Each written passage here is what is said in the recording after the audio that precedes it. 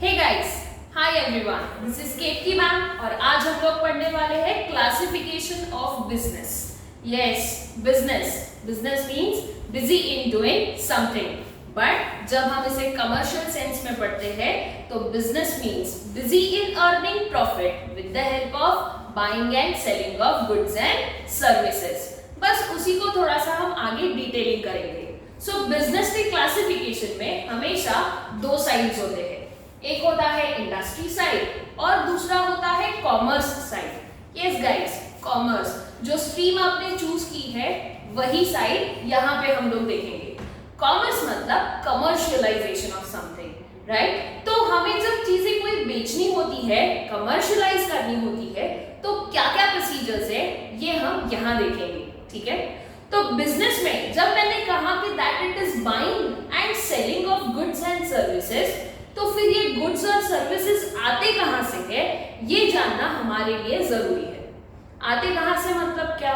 कहीं तो भी ऐसी जगह है जहां पे ये गुड्स और सर्विसेज क्या होती है, प्रोड्यूस होती है, राइट? प्रोड्यूस होने से पहले हम उनको क्या करते हैं, आइडेंटिफाई करते हैं। आइडेंटिफिकेशन कैसे होगा? Bye identifying the needs of customer. Customer की नीड जो हमने आइडेंटिफाई की है, उन नीड्स को जब हमें प्रोडक्ट में कन्वर्ट करना होता है तो वो प्रोडक्ट का कन्वर्जन हम कहाँ करते हैं? इंडस्ट्री में करते हैं। कहाँ करते हैं? इंडस्ट्री में। इंडस्ट्री में हमेशा तीन रिसोर्सेज होना जरूरी होता है, that is man, money and machines. ये तीन रिसोर्सेज के बलबूते पे हमारा बिजनेस टिका हुआ होता है और यही तीन रिसोर्सेज हमें इंडस्ट्री को क्लासिफाइड करने में मदद करते हैं। तो industry side always shows the demand side of business. क्या शो करता है? डिमांड। जैसा कि मैंने कहा कि हम जो चीजें बनाएंगे उस चीज की कहीं ना कहीं आपको नीड जनरेट हुई है ये पता करना है। तो नीड को हम जब फुलफिल करने की कोशिश करते हैं तो उसे बोलते हैं डिमांड फुलफिलमेंट। क्या बोलते हैं? Demand fulfilment. So industry side shows the demand side of business and commerce side shows the supply side of business। हम यहाँ पे क्या करते हैं? चीजों को सप्लाई करते हैं, लोगों तक पहुंचाने का काम कौन सा साइड करेगा? कॉमर्स साइड करेगा, ठीक है? एक बार वापस से देखो, business is classified into two types, that means industry which shows the demand side of business and commerce which shows the supply side of business। ठीक है? इसको और एक वर्ड अगर बोला जाए तो हम जो चीज का प्रोडक्शन करते हैं वो आता है इंडस्ट्री साइड में। So industry side shows the production side of business and commerce side shows the distribution side of business, ठीक है? जिन चीजों की हमारे पास डिमांड आई है उसे हमने प्रोड्यूस किया कहाँ पे? इंडस्ट्री में, और चीजें बनने के बाद हमने उसको सप्लाई किया, डिस्ट्रीब्यूट किया कहाँ पे? कॉमर्स साइड पे, ठीक है? तो जब भी हम इंडस्ट्री बोलेंगे तो industry is classified into three types. The first type is primary, secondary and tertiary, ठीक है? It's not tertiary, it's tertiary, ठीक है गाइस? सो प्राइमरी, सेकेंडरी और टर्शियरी, इन तीनों का बाइफरकेशन हम कैसे जान पाएंगे? It's very easy. हमेशा तीन रिसोर्सेज का बेस लेगा गाइस। मेरे जितने भी स्टूडेंट्स हैं वो हमेशा ये तीन एम्स को कभी नहीं भूलते, that means man, money and machine, क्योंकि ये बेसिक रिसोर्स होते हैं जिसके ऊपर आपका बिजनेस टिका हुआ रहता है। और जो भी एक्टिविटीज आप क्लासिफाई करते हो बिजनेस या अपने मैनेजमेंट में, तो ये तीन रिसोर्स से ही होती है। तो let's we take the example कि हमारे पास तीन रिसोर्स है, that means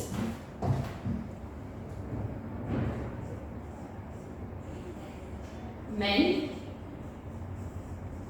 money and machines, ठीक है?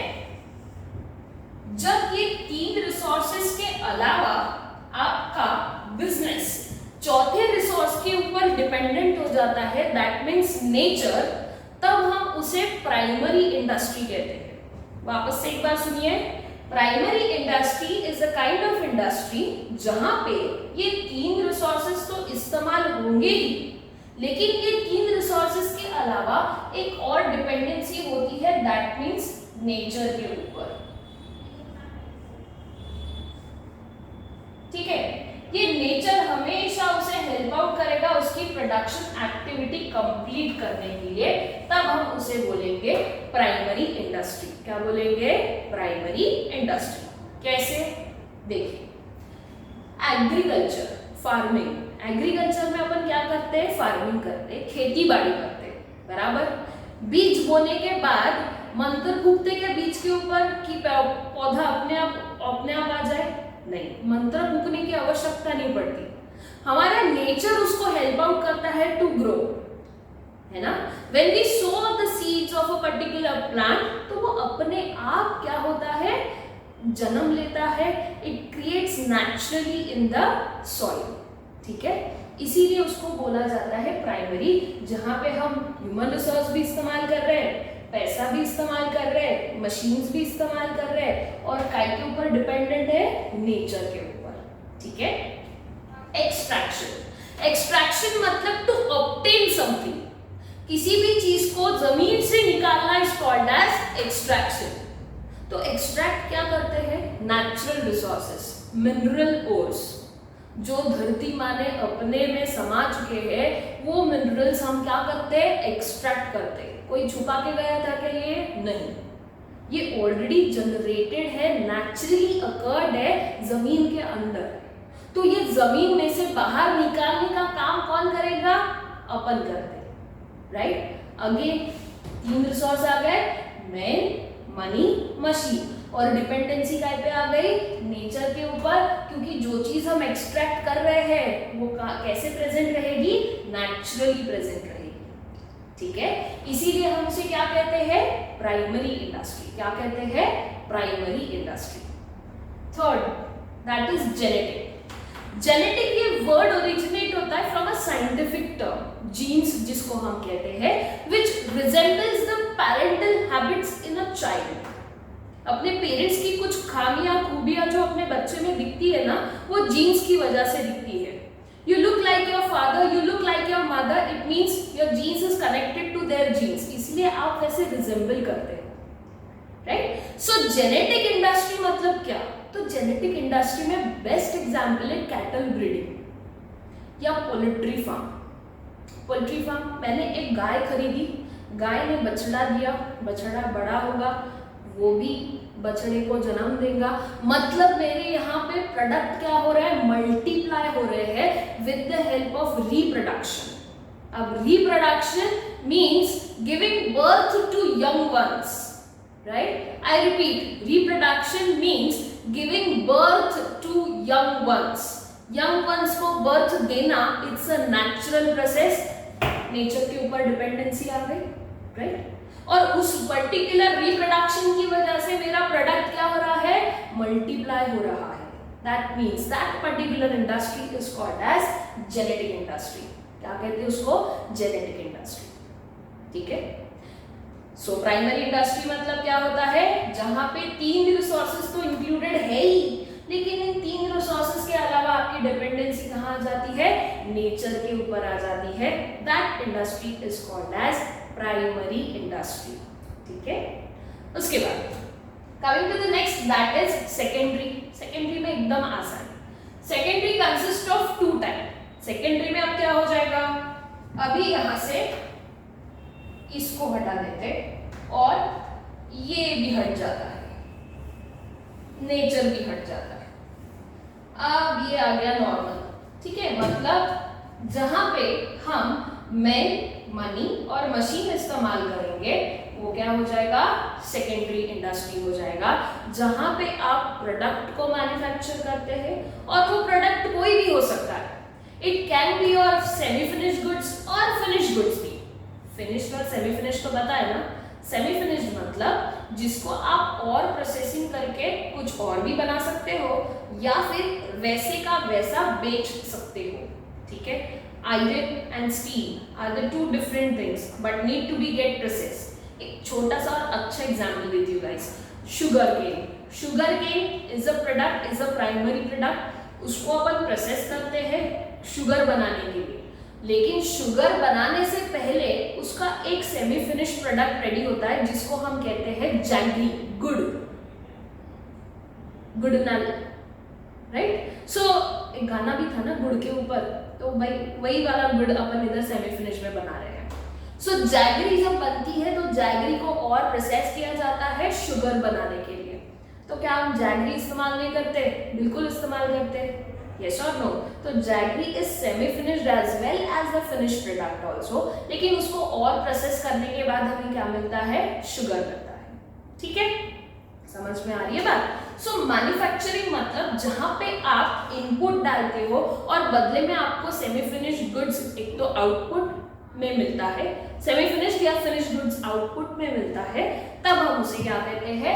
Manufacturing industry. ठीक है।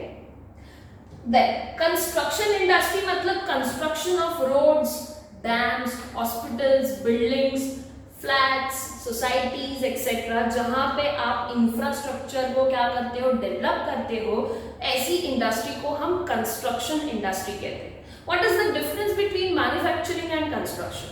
कंस्ट्रक्शन जब आप कर लेते हो तो कस्टमर वहां तक पहुंचता है, लेकिन मैन्युफैक्चरिंग जब आप किसी चीज का करते हो तो उसको हमें कस्टमर तक पहुंचाना पड़ता है। I take a small example, मैंने एक प्रोडक्ट बनाया, उस प्रोडक्ट को मुझे बेचने के लिए कस्टमर तक पहुंचना पड़ेगा, लेकिन मैंने एक बिल्डिंग कंस्ट्रक्ट किया जहां पे फ्लैट्स है, तो वहीं पे कस्टमर आएगा, देखेगा और वहीं पे चीजें भी खरीदेगा और खुद रहेगा भी। So product is not going towards the customer.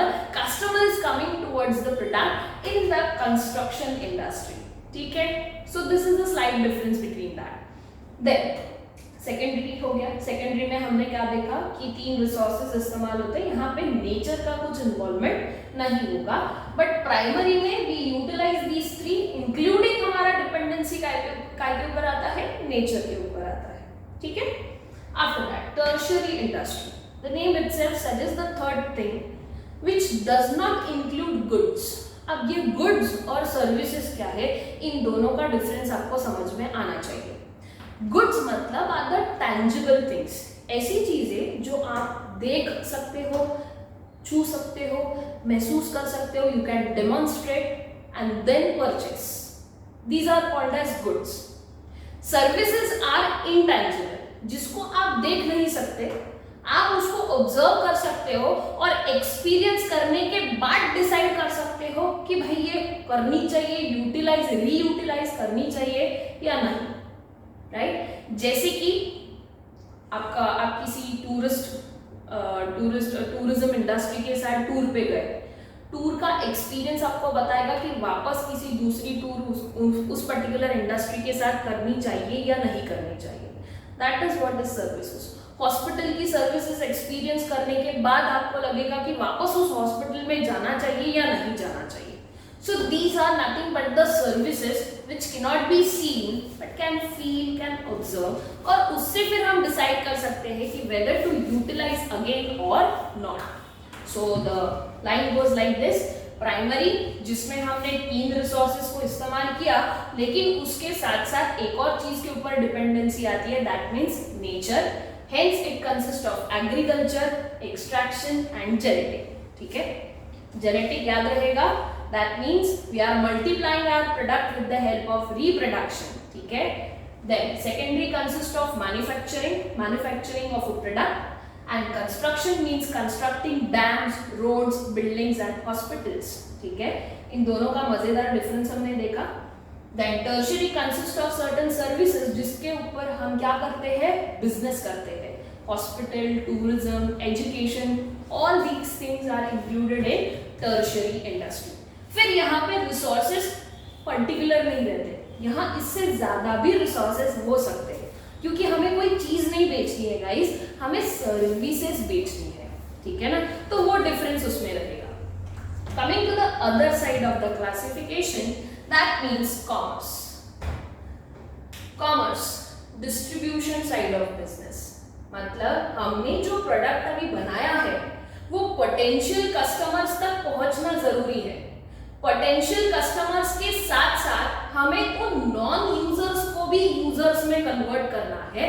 ये हमारा मोटिव होता है जब हम कोई भी बिजनेस करते हैं। नॉन यूजर्स मतलब हमें इस चीज की जरूरत नहीं है, तो उस पर्टिकुलर बंदे को उसके बारे में इतना समझाओ कि वो उस चीज को खरीदेगा, क्योंकि उसको वो नीड क्या होती जाएंगी, जनरेट होती जाएंगी। Getting what I mean to say? समझ में आ रही है बात? ह्यूमन नीड्स आर अनलिमिटेड, वो कभी भी खत्म नहीं होती है, और नीड्स उसको हमेशा मोटिवेट करती है उसे फुलफिल करने के लिए। तो कॉमर्स भी आपका यही बताता है कि आपको जो नीड पता चल रही है कस्टमर्स की, वो नीड आपने क्या करनी चाहिए, फुलफिल करनी चाहिए। तो कैसे करेंगे? उसके लिए सबसे पहले अपने पास तो कंसेप्ट होना चाहिए trade. When you are supplying something, when you are distributing something, तो उसके अंदर ट्रेड होना चाहिए, means exchange of goods and services. Trade means exchange of goods and services. Exchange करना मतलब एक पार्टी चीजें बेच के सेटिस्फैक्शन लेवल कवर कर रही है, दूसरी पार्टी चीजें खरीद के सेटिस्फाई हो रही है। बायर एंड सेलर, बायर और सेलर का, दो पार्टीज का होना जरूरी है जब भी आप क्या करते हो, ट्रेडिंग करते हो। Trade means exchange of goods and services, ठीक है। तो वो ट्रेडिंग कैसे होगा? दो टाइप में होगा। एक रहेगा home trade and foreign trade. Home trade means with in the boundaries of the country, हमारी कंट्री के विद इन रह के हम जो ट्रेडिंग करेंगे, that will be called age home trade. Foreign trade मतलब बिटवीन टू कंट्रीज, टू या to और मोर कंट्रीज, ठीक है। आई रिपीट, होम ट्रेड मतलब with in the boundaries of the country, foreign trade मतलब बिटवीन टू और मोर countries, ठीक है। सो ये दो टाइप के जो ट्रेड है, इससे हमारे कस्टमर्स का काउंट बढ़ते जाता है और हम ज्यादा से ज्यादा कस्टमर तक पहुंच पाते हैं, ठीक है। Home trade consist of wholesale. Wholesale मतलब आप सब लोग बिजनेस क्लास से हो guys, my students must be knowing it very well. Wholesale मतलब बल्क में चीजें खरीदना और बल्क में चीजें बेचना। किसको? रिटेलर को। रिटेलर कौन है? जो हमारे घर के आसपास दुकान डाल के बैठा है बंदा, वो रिटेलर है। बाजू वाली दुकान, सामने की गली वाली दुकान, बाजू की गली वाली दुकान, घर से बाहर निकलते समय जो दुकान लगेगी, these are the residential shops within our locality. So ऐसी शॉप्स जो है, these are called as retail shops, ठीक है। तो ये रिटेल शॉप क्या करेंगी? कस्टमर तक पहुंचेगी। हर एक गली में, हर एक नुक्कड़ में पहुंचने का काम कौन कर रहा है? रिटेलर कर रहा है। किसके प्रोडक्ट पहुंचा रहा है? प्रोड्यूसर के प्रोडक्ट पहुंचा रहा है, जो हमने यहाँ प्रोड्यूस किए, ये तीन इंडस्ट्री में जो प्रोड्यूस किए, ठीक है। So home trade with in the boundaries of the country हम करते हैं होलसेल, और दूसरा होता है रिटेल, ठीक है। Foreign trade outside the country, outside country के बाहर भी अगर हमें चीजें बेचनी है तो कैसे बेचेंगे? इंपोर्ट करके, दूसरे देश की चीजें लाके यहाँ बेचेंगे, दूसरे देश को भी हेल्प आउट करेंगे, और एक्सपोर्ट करेंगे, अपने देश की चीजें उधर जाके बेचना। एंड इंटरपोर्ट, इंटरपोर्ट मतलब री एक्सपोर्ट ऑफ समथिंग, री एक्सपोर्ट ऑफ समथिंग मतलब क्या है? ए बी एंड सी, ठीक है। ए से मैंने एक किताब ली और सी को मैंने वो किताब दी, ठीक है। मतलब वो किताब क्या हो रही है? दो जन से पास होके तीसरे के पास जा रही है, ठीक है। री एक्सपोर्ट हो रही है। Suppose this is India, this is South Africa and this is Brazil, ठीक है।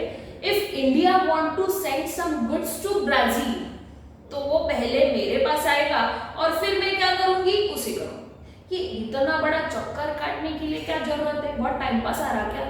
टाइम पास नहीं आ रहा, टाइम बहुत ज्यादा जा रहा, टाइम स्पैन बहुत ज्यादा है, इसीलिए कहीं तो भी प्रोडक्ट्स को रुक के चेक करके फिर हमें वापस से एक्सपोर्ट करना चाहिए, ऐसा बिजनेसमैन या एक्सपोर्टर सोचता है, ताकि गुड्स को कोई भी प्रॉब्लम ना हो और ऑर्डर उसका फुलफिल हो सके। That is the point for re export, sorry entrepot, ठीक है। So that is something called as re export of goods. एक हाथ से लेना, दूसरे हाथ से देना, इसको क्या मिल रहा है? he is getting some amount of money from both the side, guys. Depends on the rules regulations made for import and export. Import और एक्सपोर्ट के प्रोसीजर्स होते हैं जो कि हम इंटरनेशनल बिजनेस में पढ़ेंगे। वो प्रोसीजर्स के तहत डिसाइड होगा कि इंटरपोर्ट वाला जो मिडिल मैन है उसको क्या मिलता है, ठीक है।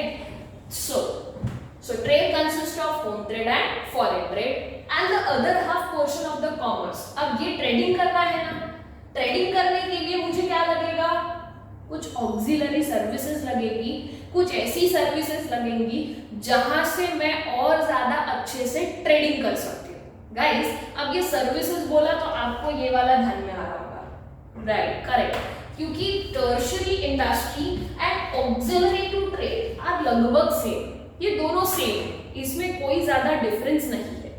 ऑक्सिलरी टू ट्रेड में हम ऐसी सर्विसेज को इस्तेमाल करते हैं जो हमें लोगों तक पहुंचने में मदद करती है। कैसे? तो सबसे पहला है ट्रांसपोर्टेशन। ट्रांसपोर्टेशन मतलब क्या, एक जगह से दूसरी जगह पहुंचना। क्या करना, एक जगह से दूसरी जगह पहुंचना।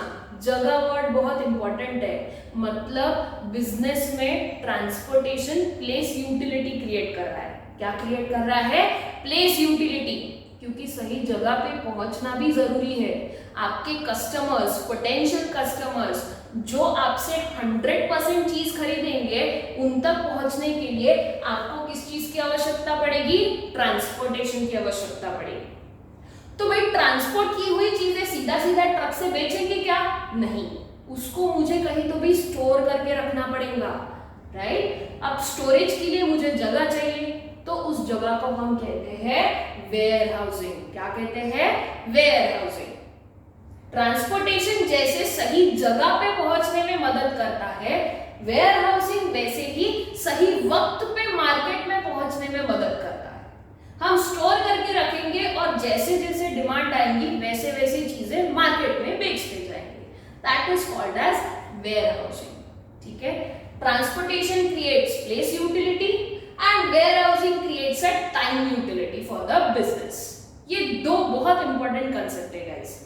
Then you have insurance. Transportation करना है, स्टोर करके रखना है, प्रोडक्ट को लावारिस नहीं छोड़ सकते, उनको इंश्योर करना पड़ेगा। अगर उनको कुछ हो गया तो कौन भुगतेगा, हु विल बी रिस्पॉन्सिबल। तो किसी के ऊपर रिस्पॉन्सिबिलिटी मत डालो, उसका इंश्योरेंस करवा लो, सो दैट अगर लॉस कल चल के हो भी जाता है तो वो क्या हो जाएगा, कंपेंसेट हो जाएगा, ठीक है। Then you have advertising. लोग आपकी राह देखते नहीं बैठेंगे कि ये बंदा प्रोडक्ट लेके आएगा मार्केट में, उल्टा अपन लोगों को अवेयरनेस क्रिएट करवाएंगे कि we are in the market and we are in coming up with such kind of products. So product का अवेयरनेस क्रिएट करना इज मार्केटिंग, प्रोडक्ट बेचना इज नॉट एडवर्टाइजिंग, ठीक है। प्रोडक्ट को बेचना इज मार्केटिंग, प्रोडक्ट का अवेयरनेस क्रिएट करना is advertising, ठीक है। So there is slight difference between that. तो हमें क्या करना है, एडवर्टाइजिंग करना है। एडवर्टाइज, ये सब तामझाम करने के लिए मुझे पैसा लगेगा ना, पैसा किधर से आएगा, बैंकिंग सर्विस से आएगा, ठीक है।